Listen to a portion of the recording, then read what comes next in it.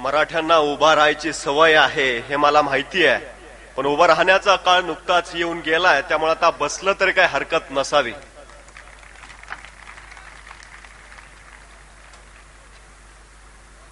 खर तर आमच्या रक्तामध्येच उभा राहायची सवय आहे, कारण आमचे बापजादे गड तटा बुरुजावर राहून शत्रूच्या सैन्यापासून आमचं संरक्षण करण्यासाठी खडे ठाकले होते.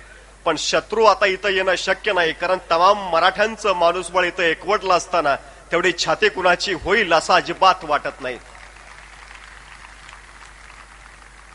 जिच्या कुशीतून स्वराज्याचं देखणं स्वप्न निर्माण झालं त्या राजमाता जिजाऊ, ज्या महापुरुषानं हे देखणं स्वप्न सत्यामध्ये उतरवलं ते राजा शिवछत्रपती, ज्या वारसदारानं हे देखणं सत्य आपल्या खांद्यावर लिलया पेललं ते राजा शंभू छत्रपती, या तीनही महापुरुषांना प्रथमतः अभिवादन करतो. मी प्राध्यापक नितीन बानुगडे पाटील आज ज्या मातीमध्ये उभा आहे ती हीच माती, ज्या मातीनं देवगिरीचं 700 वर्षापूर्वी ऐश्वर्य संपन्न बिलोरी साम्राज्य पाहिलं, ज्या मातीने एका स्वातंत्र्याच्या ठिणगीला इथंच जन्म दिला, इथंच मासाहेब जिजाऊ बागडल्या, इथंच शहाजीराजे रमले आणि हीच स्वातंत्र्याची ठिणगी शिवनेरीवर गेली आणि शिवनेरीवर एका दिव्याच्या रूपानं प्रकटली. तोच दिवा पुढे सह्याद्रीचा छावा झाला. आज त्याच मातीमध्ये पुन्हा एकदा उभा महाराष्ट्र एकवटल्याची खात्री होते आहे. हेही तितकंच महत्भाग्य आहे. खरतर सिंहासनाधीश्वर शिवछत्रपती पाठीशी असताना आणि समोर साक्षात देवगिरी उभा असताना समोर अशी गर्दी असली, त्यातनं माणसं जरा दर्दी असली, वर मराठ्यांची वर्दी असली की विचारांची सर्दी होणार नाही याची मला निश्चित खात्री आहे. पण एक काळ असा होता की बोलणारा बोलायला लागला की ऐकणारा माणूस पेटून उठायचा. आता काळ इतका बदललाय की खुद्द बोलणारा पेटला तरी ऐकणारा थंडच असतो. त्यामुळे बोलणाऱ्याला काय बोलावं हे कळत नाही, तर ऐकणाऱ्याला आपण काय ऐकतो आहोत हेही कळत नाही, तर काय काय ऐकणाऱ्यांना आपल्याला कळत नाही हेच कळत नाही. त्यामुळं मोठानी घोळ होत असतो. खरतर इतिहास घडवणारी माणसं इतिहास विसरू शकत नाहीत आणि इतिहास विसरणारी माणसं इतिहास घडवू शकत नाहीत. हा एक इतिहास आहे. निरक्षर मराठ्यांचा इतिहास सुवर्णाक्षरांनी लिहून ठेवावा इतका तेजस्वी आणि ओजस्वी इतिहास याच मातीत घडला. मात्र साक्षर मराठे त्यापासून बेदखल राहिले, ही आमची शोकांतिका आहे. खरतर ज्या मातीमध्ये आम्ही राहतो ती माती नेमकी कशी आहे, ज्या महाराष्ट्रामध्ये आम्ही राहतो तो महाराष्ट्र नेमका कसा आहे. खरतर महाराष्ट्र म्हणजे मराठी मनांचा मावळ मातीचा महाराष्ट्र, भक्तीच्या ऐलतिराचा शक्तीच्या पैलतिराचा महाराष्ट्र, मातीत धुमसणाऱ्या तेजोमय रक्तीला कुमकुम करंडकाचा धगधगता इतिहास उरात घेऊन पेटणारा महाराष्ट्र, पोलादी छताडातल्या जीवाला पेटवणारा महाराष्ट्र, गरजा महाराष्ट्र माझा अमृत स्वाभिमानी मराठ्यांचा अभिमान, ज्वलंत आणि जिवंत ठेवणाऱ्या जगदंबा पोत उरात घेऊन घोंगावणाऱ्या वादळाचा माझ्या शिवबाचा महाराष्ट्र.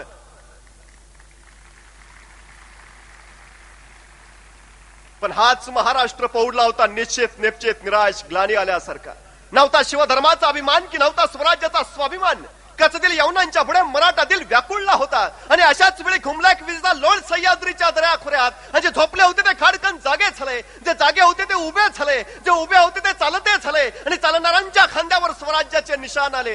हे राज्य व्हावं ही स्त्रींची इच्छा दौडू लागली, मोहीम फत्तेच्या इशारती उडवू लागली आणि 750 वर्षानंतर या महाराष्ट्रातला तमाम माणूसबळ एकवटला जाऊन तळहातावर गर्दन पेलून ठामपणे उभा राहिलं आणि रायगडावर 32 मनाचं सोनेरी सिंहासन साकार झालं.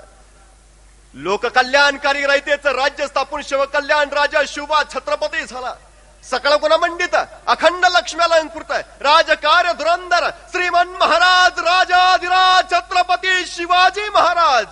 ही किलकारी रायगडाच्या कणाकणाला, मराठ्यांच्या मनामनाला आणि काळाच्या क्षणाक्षणाला भेदून गेली आणि खऱ्या अर्थानं रयतेचं राज्य अवतरलं. कष्टकऱ्यांचं, कामकऱ्यांचं, शेतकऱ्यांचं राज्य या मातीमध्ये उभा राहिलं. हा शिवबा हे सगळं उभा करता झाला. ते हातामध्ये तलवार घेऊन नाही, हातामध्ये या माणसांनी पहिल्यांदा सोन्याचा नांगर घेतला. माणसांची जमीन नांगरली, तितकीच माणसांची डोकी सुद्धा नांगरली आणि खऱ्या अर्थाने शेतकरी उभा राहिला. शेताच्या बांध्यावर पाखरांना गोपनीला भिरभिरून लावत असताना याच शिवबानं उभा केलं. त्याच शेतकऱ्याला हातावर तीच गोपन घेऊन पण पाखरं हकलायला नाही, या मातीवर अत्याचार करणाऱ्या सैतानांना हकलून द्यायला आणि शेतकऱ्यांच्या मनामध्ये बळकटी आली. अरे ज्यार आपण शेताचं राखण करू शकतो त्यार आपण या मातीचंही राखण करू शकतो. शिवबा चुलीपर्यंत पोहोचला, घराघरापर्यंत पोहोचला, दारापर्यंत पोहोचला, माणसांच्या मनामध्ये घर केलं या माणसानं. आजही इथं जन्मलेल्या आमच्या मुलाला सांगावं लागत नाही शिवाजी महाराज कोण होते. जन्मताच इथली माती त्याच्या भाळावर जणू शिवछत्रपती हे नाव कोरूनच ठेवते. आणि मग छत्रपती शिवाजी महाराज की हे नाव ऐकायच्या आधीच त्याच्या ओठातून जय कधी बाहेर पडतं हे त्यालाही कळत नाही. आज अथंग समुदाय समोर आहे. त्या शिवछत्रपतींचा नामघोष इथं चालू आहे. पण याच्या पाठीमागं नेमकं काय आहे? शिवछत्रपतींनी उभ्या आयुष्यामध्ये एकच वसा पेलला. तो वसा आहे माणूस जोडण्याचा. मी आवर्जून सांगतो, मुलगा आणि वडील होते. वडिलांना काहीतरी काम करायचं होतं. मुलगा काम करू देत नव्हता, सारखा त्रास द्यायचा. वडिलांच्या लक्षात आलं मुलाला कुठल्या तरी कामात गुंतवलं पाहिजे, त्याशिवाय मला काम करता येणार नाही. समोर एक जगाचा नकाशा पडला होता. वडिलांनी हातात घेतला, टरा फाडला, 10-12 तुकडे केले, मुलाच्या हातावरती ठेवले आणि त्याला सांगितलं सगळा नकाशा पुन्हा जोडून टाक आणि मगच माझ्याकडे. वडिलांना खात्री होती नकाशा जोडायला मुलाला अर्धा तास लागेल आणि तेवढ्या वेळात आपलं काम उरकून पुरं होईल. मुलगा नकाशा जोडायला बसला. वडील कामाकडे गेले, पण कामापर्यंत पोहोचतायत न पोहोचतायत तोच मुलगा जगाचा नकाशा जोडून घेऊन आला. बाबा नकाशा जोडून झाला. वडिलांना आश्चर्य वाटलं, इतक्यात नकाशा कसा काय जोडला? त्यांनी विचारलं इतक्यात कसं काय जमलं तुला? मुलानं उत्तर दिलं, बाबा तुम्ही ज्या नकाशाचे तुकडे मला दिले होते त्याच्या तुकड्यांच्या पाठीमागे एका माणसाचं चित्र होतं. मी पहिल्यांदा माणूस जोडला, उलटून बघितलं जग आपोआपच जोडलं गेलं होतं. आज समोर नजर टाकली आम्ही आणि लक्षात आलं सकळ मराठा समाजानं हा संबंध माणूस जोडलाय. आजचा दिवस उलटू द्या, उद्या जग जोडलेलं तुम्हाला याच देहीन याच डोळा दिसल्याशिवाय राहणार नाही. हे सगळं संस्कारांचं वारा आमच्या अंतकरणामध्ये फिरला कुठून? शिवछत्रपतींचा नामघोष काळामध्ये कोरला कुठून? 350 वर्ष झाली शिवछत्रपती आजही आमच्या सिंहासनावर अधिराज्य करतायत. काय कारण याचं? परवाची गोष्ट, पुणे पंगलोर महामार्गावर एका हिरो होंडा गाडीवर नवरा बायको आणि त्यांचा छोटासा 10-12 वर्षाचा मुलगा गाडीवर बसले होते. पावसाळ्याचे दिवस होते. पावसाळ्यावरती हायवेवरनं यांची गाडी भयान वेगानं चालली होती. हिरो होंडाचा वेग वाढत होता, पावसाची रिपरिप ही वाढत होती. गाडीनं वेग घेतला आणि अचानक समोरून एक भरधाव वेगानं ट्रक आला. डोळ्याचं पातळ लवता तोच या ट्रकने हिरो होंडाला धडक दिली. नवरा ट्रकच्या चाकाखाली गेला, बायको रस्त्याच्या कडेला पडली. पोरगा दूर जाऊन धडपडलं. क्षणात होत्याचं नव्हतं झालं. रस्त्यावर एक विदीर्ण वातावरण पसरलं. अंको आक्रोश किंकाळीने मैदान भरून गेलं. क्षण 2 क्षण काय घडलंय जाणवे ना. बायको कशीबशी शुद्धीवर आली. नवरा कुठं आहे, मुलगा कुठं आहे शोधू लागली आणि तिची नजर वाळी ट्रककडे. ट्रकच्या चाकाखाली गेली आणि एक आर्त किंकाळी फोडली. काळीच फाडून टाकणारं दुःख तिच्या उराशी आलं होतं. नवरा चाकाखाली आला होता, डोक्यावरनं चाक गेलं होतं, मेंदूचा चंदा मेंदा झाला होता, रस्त्यावर रक्ताचा सडा पडला होता. ते काळीच फाडणारं दृश्य तिनं बघितलं आणि गुडघ्यात डोका खुपसून ढसढस रडायला लागली. अरे ज्याच्या बरोबर उभ्या आयुष्याचा संसार केला तो पती माझा गेला, पण ज्याच्यासाठी मला जगायचंय तो माझा मुलगा कुठं आहे? नजर वळवली, मुलाकडे गेली. मुलगा खड्ड्यातनं धडपडून उठून उभा राहत होता. आई ठीक आहे बघितलं, पण बाप? आणि त्या क्षणी पोराची नजर वळली ट्रककडे. चाकाखाली गेली आणि रक्तात न्हाणलेला बाप दिसला. आई म्हणून एक अर्थ किंकाळी मारल्याने ते भयान वेगानं आईच्या कुशीत शिरलं. डसडस रडायला लागलं. त्या माऊलीनं घट्ट उराशी कवटाळलं होतं. त्या माऊलीला जाणीव होती, अरे जसा माझा पती गेलाय तसा या पोराचाही पिता गेलाय. दुःख तर दोघांचं सारखंच आहे, पण या क्षणी माझ्या या मुलानं मला फक्त एकदाच आई म्हणून हाक मारावी, एकदाच आई म्हणावं. मी समजेन माझ्या आयुष्याचा जगण्याचा आधार माझ्या सोबत आहे. मुलाच्या खांद्याला तिनं धरलं, गदगदा हलवली. बाळा फक्त एकदाच आई म्हण, एकदाच आई म्हणून हाक मार. पण पोरग किलकिल्या डोळ्यांनी फक्त आईकडे बघत होतं. लाख कोशिश केली, लाख प्रयत्न केला, पण तोंडातून आई शब्द बाहेर येत नव्हता, कंठातून शब्द फुटत नव्हते. आणि त्यावेळी त्या माऊलीला जाणीव झाली, बापाचा मृत्यू उघड्या डोळ्यांनी बघितला आणि पोराची वाचा गेली. त्या माऊलीला वाटलं आज नाही उद्या आपलं पोरग बोलेल, परवा बोलेल, तेरवा बोलेल. महिन्यांनी, 2 महिन्यांनी, 4 महिन्यांनी, 6 महिन्यांनी, वर्षांनी, 1.5 वर्ष, 2 वर्ष, 2.5 वर्ष उलटून गेली. पोरग मुकच राहिलं. एके दिवशी ती आई आपल्या त्या मुलाला घेऊन शाळेच्या स्नेहसंमेलनाला गेले. रंगमंचावरच्या समोरच्या खुर्च्यावर स्थानापन्न झाले. रंगमंचावर एक कार्यक्रम सुरू झाला, नाटक झालं, गाणं झालं, कार्यक्रम झाला. पोरगा किलकिल्या डोळ्यांनी सगळं बघत होतं. आणि अचानक त्याच रंगमंचावर एका छावणीचं दृश्य दाखवलं गेलं आणि छावणी दिसल्याबरोबर पोरगा इतिहासामध्ये शिरलं. छावणीचा पडदा उघडला आणि समोर आला आमचा तानाजी, हातामध्ये लखलखती शमशेर घेतलेला. पाठीशी मावळे होते, हर हर महादेवचा गजर करत असणारे. आणि पोरानं टन दिवशी खुर्चीवरनं उडी मारली. काय घडतंय ते बघायला लागलं. तानाजी गरजला होता आधी लगीन कोंढाण्याचं, मग रायबाचं, आणि जय भवानीची किलकारी गरजली आणि पोराच्या लक्षात आलं अरे जार ती तानाजी आहे तर ती शिवछत्रपती इथंच असणार. हात घट्ट झाले, मुठी आवळल्या. तोपर्यंत शिवाजी येताना दिसले. पोराचा श्वास फुलला, रक्त साकळलं, सळसळलं आणि एका उचित क्षणी पोराच्या तोंडातून हाक गेली, आई बघतो शिवाजी.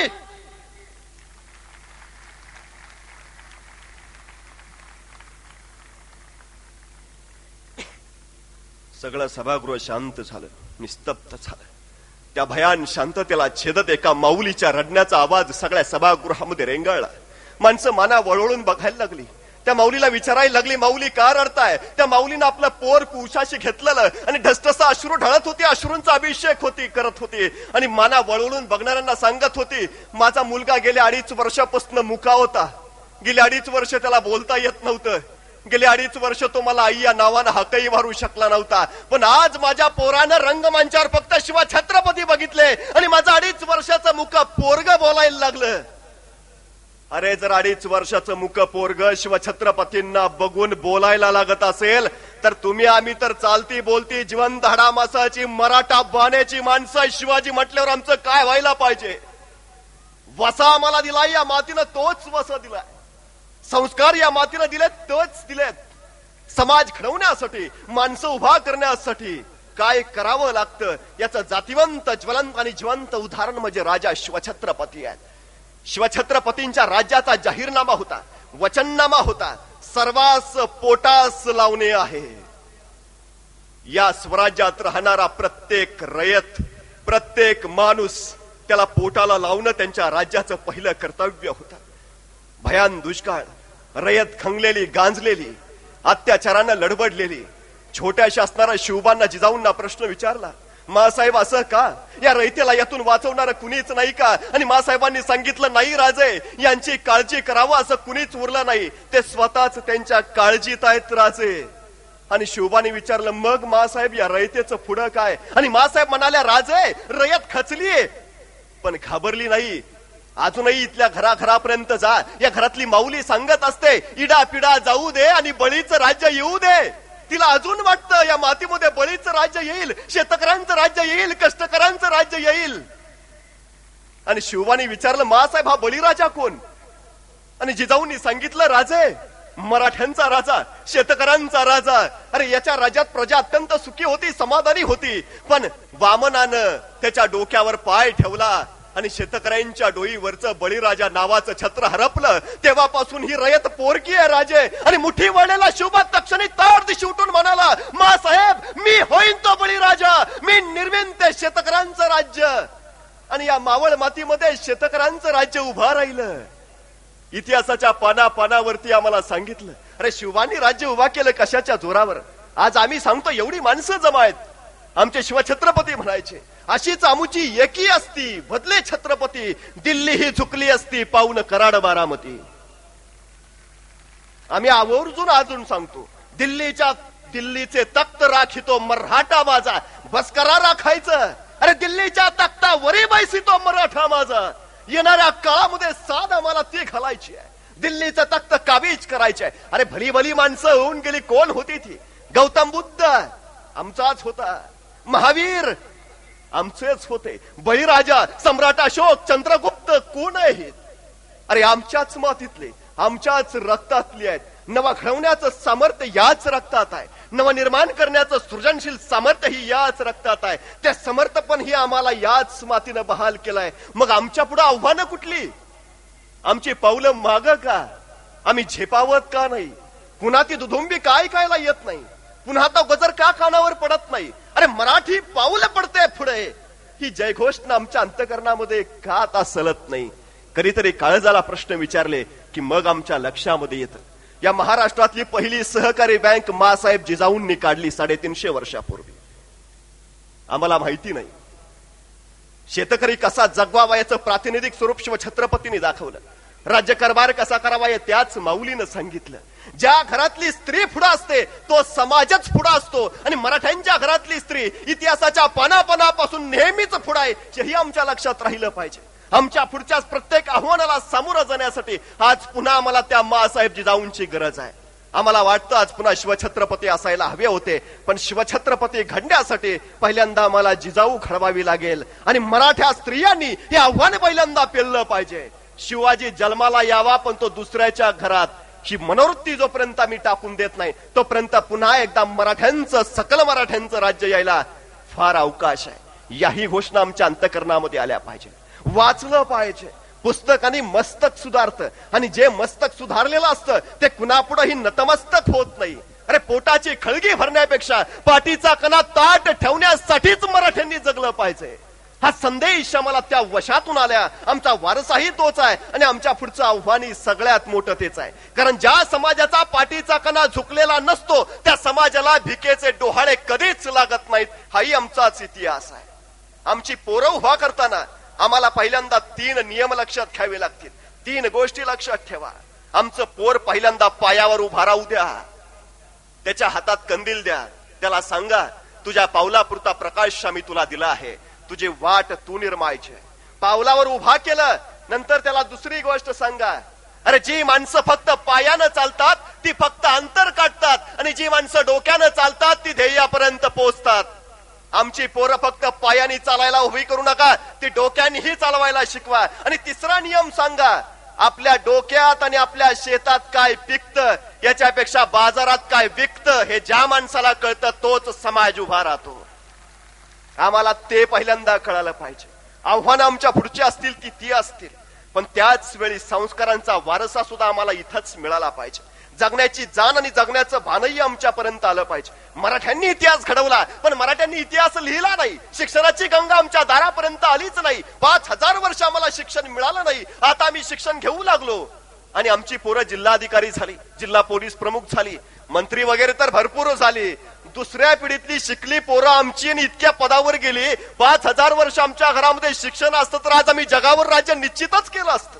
बुद्धीनं आम्ही निश्चित कमी नाही आहोत, शक्तीनं आम्ही कमी नाही आहोत. सगळ्यामध्ये समर्थशील आणि सामर्थ्यवान असणारे आम्ही. मग आम्हाला पावलं उचलायला काय हरकत आहे. पण त्याच वेळी एक गोष्ट आमच्या काळजामध्ये असली पाहिजे. निष्ठा ज्याचं नाव आहे. शिवाजींनी स्वराज्य उभा केलं ते नेहमीवर याच्याच बळावर. माणसं कशाच्या मोहानं शिवाजीकडे आली. विश्वास दिला शिवाजींनी, आपलं राज्य उभा करायचंय. म्या शिवछत्रपतींना सिंहासनावर बसायचं नाही, मला छत्रपती व्हायचंय म्हणून राज्य निर्माण करायचं नाही. तमाम मराठ्यांचं राज्य झालं पाहिजे ही काळजी इथल्या माणसामध्ये होती. अरे हिरोजी इंदलकर नावाचा आमचा बांधकाम प्रमुख होता. रायगड सारखा किल्ला बांधायची जबाबदारी शिवाजींनी त्याच्यावर सोपवली. शिवाजी स्वारीवर गेले. हिरोजीनं किल्ला निम्म्यापर्यंत बांधत आणला आणि पैसा संपला. हिरोजीला कळेना काय करावं. शिवाजींनी तर जबाबदारी टाकलीये, किल्ला तर बांधला पाहिजे, पैसा तर शिल्लक नाही. या हिरोजीनं अपूर्व काम केलं. आपला राहता वाडा, आपली सगळी जमीन विकली, बायकोला घेऊन रायगडावर आला. पैशाचं झोपडी बांधून राहायला लागला आणि मराठ्यांची राजधानी बांधून काढली. शिवाजींना आल्यावर कळलं हिरोजींनी काय केलंय. राज्याभिषेकाच्या वेळी त्या शिवाजींना वाटलं या हिरोजींचा सत्कार करावा. राज्याभिषेकाच्या वेळी शिवाजी म्हणाले, हिरोजी राजधानीचा गड तुम्ही बांधलात, बोला तुम्हाला काय हवं. त्यावेळी हिरोजी नम्रपणे मान झुकून म्हणाला, महाराज उभं स्वराज्य तुम्ही आमच्या पदरात टाकलंय, आम्हाला आणखी काय हवं. महाराज म्हणाले, नाही हिरोजी, अहो तुम्ही काहीतरी मागितलंच पाहिजे. त्यावेळी हिरोजी म्हणाला, महाराज एक विनंती आहे. या रायगडावर आम्ही जगदीश्वराचं मंदिर सुद्धा उभारलंय.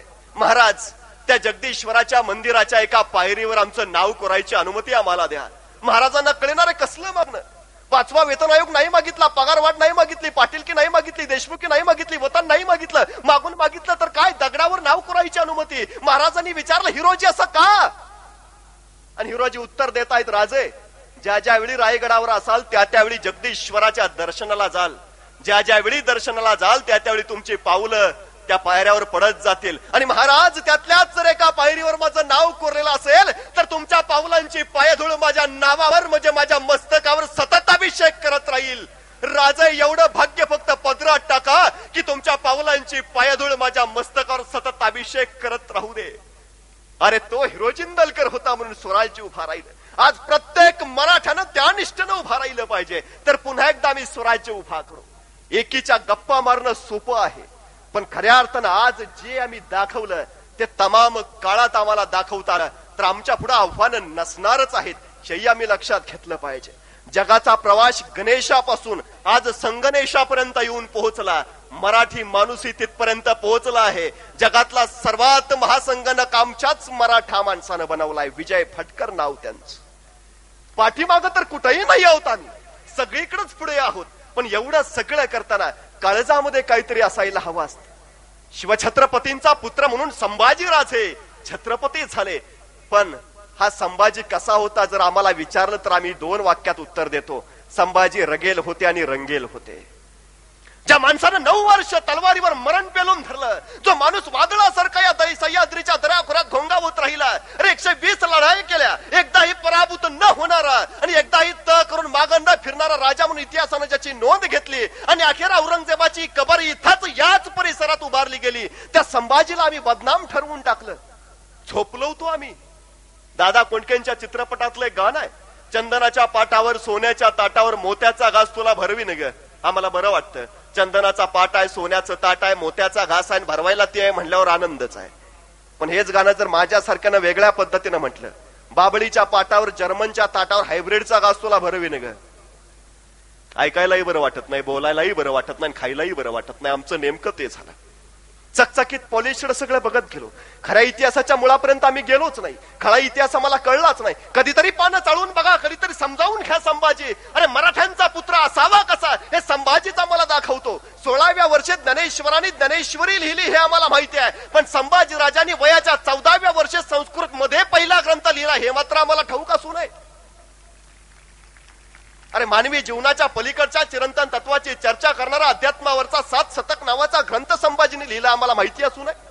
7 शतक सारखा ग्रंथ याच संभाजीने लिहिला. बुधभूषणम याच संभाजीने लिहिला आम्हाला माहिती असू नये. अरे संस्कार कसे असावेत या आमच्या शिवछत्रपतीने सांगितले, संभाजी घडवून दाखवले. आम्हाला आमची मुलं त्या संस्कारानंच उभा करावी लागतील. हा पहिला आव्हानाचा भाग आमच्या लक्षात आला पाहिजे. मी बऱ्याच वेळा एक गोष्ट सांगतो. एक शासकीय अधिकारी होते, येता जाता हरामखोर म्हणायचे. घरात असले की बायकोला म्हणायचे का ग हरामखोर समजत नाही का. ऑफिसमध्ये गेले की शिपायला म्हणायचे का रे हरामखोरा कळत नाही का. पोरानं एवढं शिकून घेतलं. एकदा वडील आले होते ऑफिसमधून, कोचवर पेपर वाचित बसले होते आणि मुलाचा एसटीचा कंडक्टरचा खेळ सुरू होता. मुलानं सुरू केलं ट्रिंग ट्रिंग. ज्या हरामखोरांना एसटीत यायचे त्यांनी लवकर वर या आणि ज्या हरामखोरांना एसटीतून खाली उतरायचे त्यांनी लवकर खाली उतरा. वडिलांना काही कळे ना मुलगा असं का म्हणतोय, चांगलं नाही हरामखोर म्हणणं. मुलाचं पुन्हा सुरू झालं. ज्या हरामखोरांना ट्रिंग ट्रिंग, ज्या हरामखोरांना औरंगाबाद मध्ये उतरायचे त्यांनी लवकर उतरून घ्या, ज्या हरामखोरांना औरंगाबाद मधून एसटीत यायचे त्यांनी लवकर वर या. वडील चिडले, वैतागले, चांगला संस्कार नाही. जागेवर उठले, 10 मिनिटं पोरला असं बुकलून काढलं, बदडून काढलं, बेदम मारलं. 10 मिनिटं मारून मारून वडीलच दमले. म्हटले आता एवढा 10 मिनिटं मार खाल्लाय पोरगा, आता काय हरामखोर म्हणताय. पण वडील पुन्हा कोचवर पेपर वाचित बसलेले पोरानं बघितलं, त्याचा कंडक्टरचा खेळ पुन्हा सुरू झाला. ट्रेंग ट्रेंग. आताच एका हरामखोरामुळे गाडी 10 मिनिटं थांबलेली. आता ज्या हरामखोरांना एसटीत यायचे त्यांनी लवकर वर या.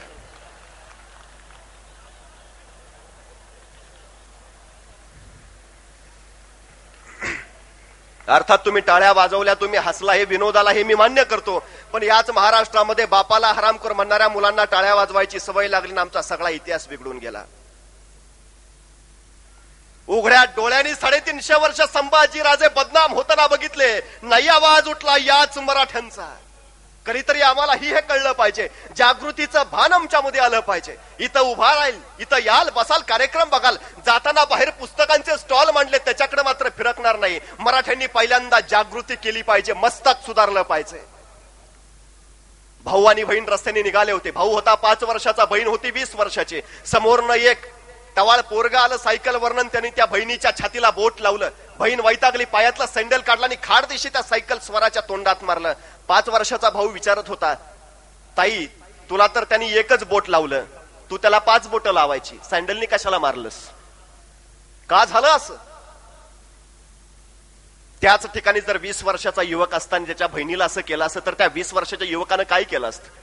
ताईची सँडल निघायच्या आधी त्या सायकल स्वराला तिथंच आडवा केला असता. आमच्या समाजाचंही असं झालंय. आमच्या जागृतीचं वय आहे फक्त 5 वर्ष. आम्हाला 20 वर्षाचं डोकं तयार करायचं आहे. त्यावेळी आमच्यावर काय अन्याय होतील हे आम्हाला पहिल्यांदा कळेल. कारण अन्याय झाल्याची जाणीव व्हावी लागते, मग अन्याय विरुद्ध माणूस उठून उभा राहतो. हे पहिल्यांदा आम्हाला आव्हान स्वीकारलं पाहिजे. ही गोष्ट आमच्या लक्षात आली पाहिजे. माणसं उभा करताना 2 गोष्टींनी उभा केली तर आम्हाला जमेल. आम्ही सगळे एक आहोत. एक संघटित होऊन जर आम्ही उभा राहिलो तर पुन्हा स्वराज्य उभा राहणार आहे, हेही आमच्या लक्षात यायला हवं. माणसं जगतात कशी आणि माणसं उभा राहतात कशी याचा ज्वलंत उदाहरण इतिहासानं आम्हाला दिलंय. पण आज त्याच काळावर पावलं टाकीत आम्हाला जाता आला पाहिजे. नाहीतर शिवाजींच्या पाठीशी आमचा तानाजी कोंडाणा घ्यायला गेला तो परत आलाच नाही. आम्हाला तोंड दाखवू नका म्हणून शिवाजी प्रतापरावांच्यावर रागावले. प्रतापराव बेलोलावर तुटून पडला, पण तोंड दाखवायला पुन्हा शिवाजींकडे आलाच नाही. तर एक एक माणसं आपली जान कुर्बान करते झाली या मातीसाठी. आम्ही काय केलं या मातीसाठी? आम्ही आमच्या समाजासाठी काय करतो? आम्ही जगतो फक्त आमच्यासाठी. आपलीच गाडी, आपलीच माडी, आपल्याच बायकोची गोलगोल साठी. याच्या पलीकडे आम्हाला कुठंच बघावं असं वाटत नाही. अरे जोपर्यंत आम्ही या मातीसाठी समाजासाठी काही करत नाही तोपर्यंत मराठा म्हणून घ्यायचा आम्हाला अधिकार नाही, हे पहिल्यांदा आमच्या लक्षात आलं पाहिजे. मी बऱ्याच वेळा एक गोष्ट सांगतो. एक खेडेगाव होतं. खेडेगावामध्ये मुलगा आणि तिची आई राहत होती. एके दिवशी मुलगा शाळेतनं घरी आला. आईला म्हणाला, आई मी उद्या जत्रेला जाणार आहे. मुलगा जत्रेला जाणार आहे म्हटल्यावर आईच्या काळजामध्ये चर्र झालं. चर्र एवढ्यासाठी झालं की मुलगा जत्रेला जाणार म्हणजे त्याच्या हातावर किमान 10 रुपयांची नोट तरी ठेवली पाहिजे. त्या माऊलीला काही कळे ना, कुठून आणावे पैसे? अरे आपल्या घरावर दुःखाचं छत्र, आपल्या उशाशी सतत गरिबी, असं असताना पोराला जत्रेसाठी 10 रुपये द्यावे कुठून? माऊलीनं विचार केला, बराच वेळ विचार केला. शेवटी दिवळीत ठेवलेलं खुरपं उचललं आणि दुसऱ्याच्या शेतात ते खुरपायला भांगलायला गेले. दिवसभर खुरप न केला, दिवसभर भांगल न केला, दिवसभर राबले, काबाड कष्ट केले. संध्याकाळी रोजगाराचे पैसे मिळाले, ते घेऊन ती घरी आली. मुलगा शाळेतनं घरी आला. आईला म्हणाला, आई मी आज लवकर झोपतो, मला पहाटे लवकर उठव, लवकर जत्रेला जायचंय. मुलगा संध्याकाळी झोपी गेला, पहाटे लवकर उठला. आईला उठवलं, आईला सांगितलं, आई लवकर भाकरी टाक, मला लवकर जायचंय, मी आंघोळ करून येतो. मुलगा आंघोळीला गेला. आई चुली पुढे बसली. लालबुंदा फुललेल्या निखाऱ्यावर तिनं भाकरी भाजायला सुरुवात केली. त्याच चुलीवर तिनं दुधाचं पातेलं ठेवलं. पोरगा आंघोळ करून परत आलं, ताटावर येऊन बसलं. आईनं भाकरी मोडली, दुमडली, पोराच्या थळीत टाकली. तोपर्यंत पोराची आरोळी घुमली. आई लवकर वाढ, मला उशीर होतोय. माऊलीनं इकडं तिकडं बघितलं. चुलीवरचं दुधाचं पातेलं गरमागरम झालं होतं, लालबुंद झालं होतं. ते उचलायला काहीतरी हवं होतं पण सापडत नव्हतं. मुलाची आरोळी घुमली. आई लवकर, मला उशीर होतोय. त्या माऊलीनं विचार नाही केला. तशाच रिकाम्या बोटाने ते गरमागरम पातेलं उचललं. सर्र दिशे चटका बसला. हात झटक्यात मागायला, डोळ्यातनं खळ दिशा अश्रू ओघळला. मस्तकात पार मुंग्यांच्या रांगा थया थया नाचल्या. वेदनांचा पूर आटेना, हात पदरामध्ये गुंडाळा, तिला सुचेना. तोपर्यंत पोराची दुसरी आरोळी आली. आई लवकर वाढ, मला उशीर होतोय. माऊलीनं विचार नाही केला. त्याच भाजल्या बोटाने त्या गरमागरम लालबुंद दुधाचं पातेलं पुन्हा एकदा उचललं. पुन्हा एकदा सर्र दिशे चटका बसला. कळ पार काळजापर्यंत गेली, चटका सोसवे ना, पण तरीही ते पातेलं उचललं. पोराच्या थाळीत दूध ओतलं. दूध ओतताना पोरानं बघितलं, आईच्या डोळ्यातनं पाणी येतंय. मान खाली घालून दुधात भाकरी कुचकरून निमूटपणे जेवायला लागलं. पोराचं जेवण झालं. पोरग जत्रेला निघालं. आईनं जवळ घेतलं, कुशीत घेतलं, डोक्यावरनं हात फिरवला. त्याला सांगितलं, नीट जा, नीट ये, फार वेळ करू नको, अंधार पडायच्यात घरी ये. काकोटीला ठेवलेली 10 रुपयांची नोट काढली, त्या पोराच्या हातावर दिली. सांगितलं, काहीतरी खा, याचं काहीतरी घे, याचं उपाशी राहू नकोस. पोरगा 10 रुपयांची नोट घेऊन जत्रेला गेलं. दिवसभर जत्रेत फिरलं. घरघर फिरणारे पाळणे बघितले, जिलेबी बघितली, बताशे बघितली, खेळणी बघितली. हरकून गेलं, बहरून गेलं, आनंदून गेलं जत्रेत. संध्याकाळी अंधार पडायला लागला. पोरगा घरी परतायला लागलं. आई दाराशी वाट बघत होती. पोरगा लांबून येताना दिसलं. आईला हायसं वाटलं. लगबगीनं जवळ गेली. पोराला कुशीत घेतलं, डोक्यावरनं हात फिरवला. त्याला विचारलं, अरे काय काय बघितलं जत्रेत? पाळण्यात बसलास का? जिलेबी खाल्लीस का? तुला 10 रुपये दिले होते, काय आणलंस त्याचं? मुलगा आईच्या कुशीतनं बाजूला झाला. आईला म्हणाला, अगं धीर तर दर, सांगतो तरी. आई म्हणाली, सांग रे लवकर, काय आणलंयस त्या 10 रुपयांचं? मुलगा आईला म्हणाला, आई डोळे मीठ. आई म्हटली, का रे? नाही नाही, डोळे मीठ आधी. आईनं डोळे मिटले. डोळे मिटल्यावर आई म्हणते, आता दाखव बघू काय आणलंयस त्या 10 रुपयांचं. मुलगा आईला म्हणाला, आई डोळे मीठ, नीट घट्ट, उघडायचे नाहीत अजिबात. आई म्हणली, हो रे बाबा, मिटलेत डोळे घट्ट, आता दाखव बघू काय आणलंयस त्या 10 रुपयांचं. आणि त्यावेळी त्या 10 रुपयांचं काय आणलंय हे दाखवायला पोरानं खिशात हात घातला आणि खिशातनं 10 रुपयांची आणलेली सांडशी काढली आणि त्या आईच्या हातावर ठेवली. अरे त्या सांडशीचा सहज स्पर्श त्या माऊलीला झाला आणि डोळ्यातनं घडघड घडघड पाणी ओखळायला लागलं. तिच्या पोराला घट्ट उराशी कवटाळलं. अरे धन्य झाली कुस माझी, तुझ्यासारखं पोर माझ्या कुशीत जन्माला आलं. अरे दिवसभर जत्रेत फिरला असशील, दिवसभर गरगर फिरणारे पाळणे बघितले असशील, अरे दिवसभर खेळणी दिसली असतील, बत्ताशे जिलेबी दिसली असतील, भूक लागली असेल, काहीतरी खावंस वाटलं असेल, पण दिवसभर पोरग वनवन करीत हिंडलं, एकही रुपया मोडला नाही. अरे दिवसभर काळजाला चटका होता की माझ्या आईच्या हाताला चटका बसलाय आणि तो चटका बसू नये म्हणून पोरग दिवसभर उपासपोटी वनवन करीत येताना 10 रुपयाची सांडशी घेऊन आलं. अरे आमची पोरं काय करतायत? दुनियेच्या जत्रेत रमतायत नुसती का आईच्या हाताला चटका बसू नये म्हणून काय करतायत?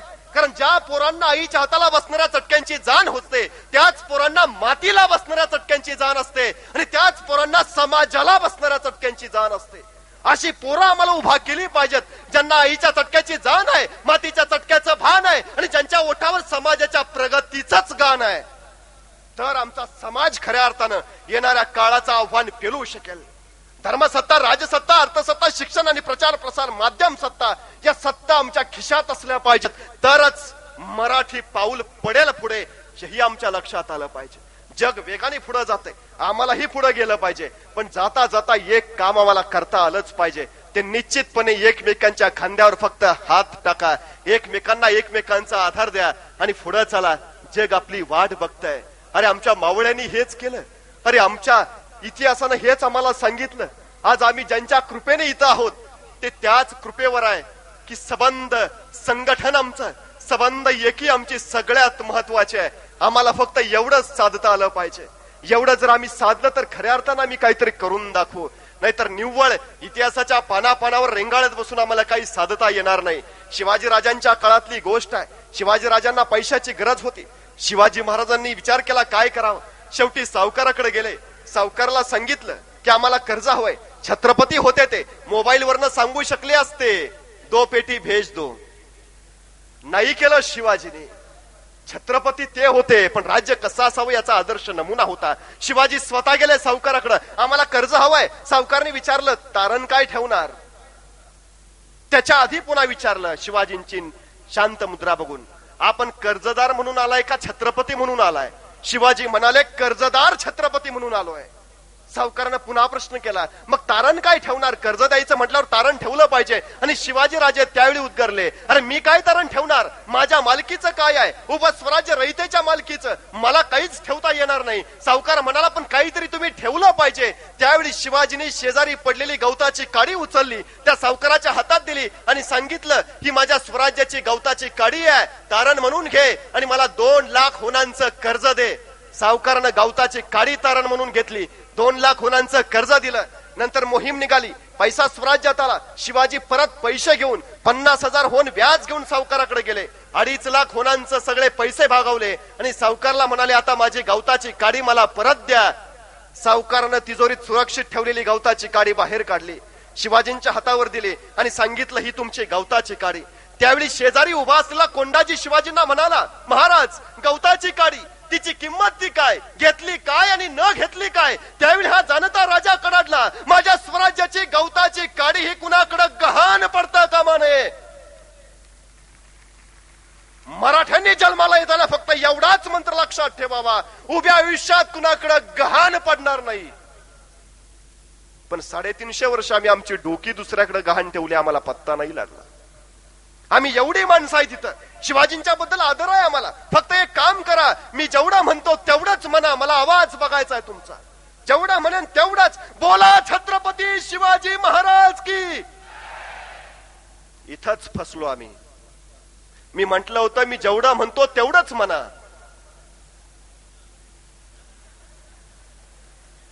मी म्हंटल होतं छत्रपती शिवाजी महाराज की, मी जय म्हणायला सांगितलंच नव्हतं. कुणी येताना आम्हाला सांगतं छत्रपती शिवाजी महाराज की जय, हाय मागा आम्ही चला पुढं. शिवाजी आमचे नाव घ्यायचा अधिकार आम्हाला नाही, आम्ही फक्त जय म्हणायचं. म्हणजे बायको रामाची पळवली रावणानं, शेपटी जाळली हनुमानानं. मराठा समाजाचं फक्त एवढं दुर्दैव आहे. जे ऐकतो ते निश्चित ऐका, जे ऐकतो ते खरं ऐका, याचा सगळा विचार आम्हाला करणं गरजेचं आहे. तरच आमचं पाऊल पुढे पडणार आहे. आव्हान आमच्या समोर असेल तर एवढंच, आम्ही शूरही तितकेच आहे, धैर्यशीलही तितकेच आहे, पण भोळे सुद्धा तितकेच आहे, हेही आमच्या लक्षात येईल. पाहुणा आला तर लंगोटी फेडून त्याला मटणाचा बेत करू, पण समाजासाठी 10 रुपये दे म्हटलं की नाही जमायचं. कशासाठी काय द्यावं याचा विचार आमच्या अंतःकरणामध्ये कधीतरी आला पाहिजे. बराच वेळ बोलतो आहे, तुम्हीही बराच वेळ ऐकता आहात. खरं बोललं तर बरं वाटत नाही, बरं बोललं तर खरं वाटत नाही. त्यामुळं खरबर होऊन माणसं मागणं कुरबुर करायची दाट शक्यता असते. पण जाता जाता फक्त एक आव्हान पेलायचं सांगतो आणि मी इथं थांबतो. लहानपणी शाळेमध्ये आम्ही सशाची आणि कासवाची गोष्ट ऐकली आहे. गुरुजी आम्हाला सांगायचे एक ससा असतो आणि एक कासव असतो. दोघांची शर्यत लागते. ससा वेगवान होता, भयान पळत पुढे गेला. नंतर त्याला वाटलं कासव हळू चालणार, त्यामुळे आपण एक झोप काढूया शांतपणे, कासव कशाला इथं येतंय. ससा झोपला. तोपर्यंत हळूहळू चालणार कासव कधी पुढे गेलं त्याला कळलंच नाही. ससा उठल्यावर लक्षात आलं आपण हरलोय ते. आणि मग गुरुजी आम्हाला सांगायचे, कळलं का, जो झोपला तो संपला. आमच्या समाजाची अवस्था अशी असावी. आमचा वेग सशासारखा जरूर आहे, पण आम्ही ठरवलं की फार पुढे पळत आलोय, जरा विश्रांती घेऊया. तोपर्यंत कासव कधी पुढे गेली आम्हाला पत्ता नाही लागला. पण ससा चिंतनशील होता, तुमच्या आमच्यासारखा. चिंतन केलं, मनन केलं, आणि नंतर तो कासवाकडे गेला. कासवाला म्हणाला आपण पुन्हा शर्यत लावायची. कासव म्हटलं कशाला नादाला लागतो, एकदा हरलाय ना, नाही लावायची मला शर्यत. कासव म्हणला ठीक आहे, लावली शर्यत. शर्यत पुन्हा सुरू झाली. यावेळी सशानं चूक नाही केली. एकदा जे सुटला तो शर्यत जिंकूनच थांबला. कासव मात्र हळूहळू चालत राहिलं. शर्यत हरलं, त्याला काही कळेना झालंय. गोष्ट इथंही संपली नाही. कासवानं चिंतन केलं, समाजाची आमची अवस्था कासवासारखी असू शकते की बऱ्याच वेळा काही माणसं वेगानं पुढे जातात, आमचा प्रगतीचा वेग थोडासा कमी असेल. मग हाणून जागेवर थांबला नाही कासव, गप्प बसला नाही. कासव पुन्हा सशाकडे गेलं. सशाला म्हणाल आपण पुन्हा शर्यत लावायची. ससा म्हणाला खुळाय का, एकदा झोपलो होतो म्हणून हरलो, सारखं सारखं पेंड आहे का, जा की गप झोप जा. नाही म्हटला मला शर्यत लावायची. ससा म्हणला ठीक आहे, लावली शर्यत. कासव म्हटला पण यावेळी मार्ग मी काढणार. ससा म्हणला युपीतनं मला ने, नाहीतर पंजाब मधनं ने, मी तुझ्या पाठीमागं कुठेही यायला तयार आहे. कासवानं मार्ग बरोबर काढला. शर्यत सुरू झाली. ससा भयान वेगानं पळायला लागला. चूक करणार नव्हता झोपण्याची. पळत पळत प्रचंड पुढे आला आणि एका जागी येऊन गच्च दिशे थांबला. पुढे भली मोठी आडवी नदी होती. कासवानं बरोबर मार्ग काढला होता. सशाला पोहता येत नाही, पळ किती पुढे पळतोय ते. काही माणसं आमच्या समाजात सुद्धा अशी आहेत की खांद्यावर हात कधी टाकतील आणि कधी पायात पाय घालून आडवे पाडतील, नेम सांगता येत नाही. एखादं पुढे जाणार दिसलं की त्याला माग ओढलाच म्हणून समजा. आम्हाला फक्त एवढं सोडलं पाहिजे. पण तोपर्यंत कासव हळूहळू चालत आलेलं. कशी जिरवली कासवाची म्हणत त्याच्याकडे एकदा मंद स्मित कासवानं केलं, कसं काय बरं आहे का. डुबुक दिशी पाण्यात बुडी मारली. पलीकडच्या किनाऱ्यावर कासव शर्यत जिंकून रिकाम झालं.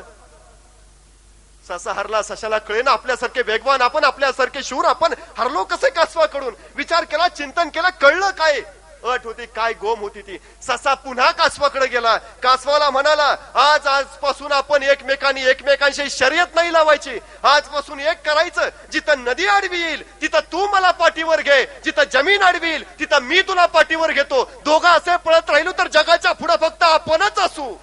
मराठा समाजानं फक्त एवढंच लक्षात ठेवा, ज्याला पोहता येत नाही त्याला आपल्या पाठीवर घ्या. तुम्हाला पळता येत नसेल त्याच्या पाठीवर जावा, खांद्यावर हात टाका आणि जगाच्या पुढे पळण्याची धमक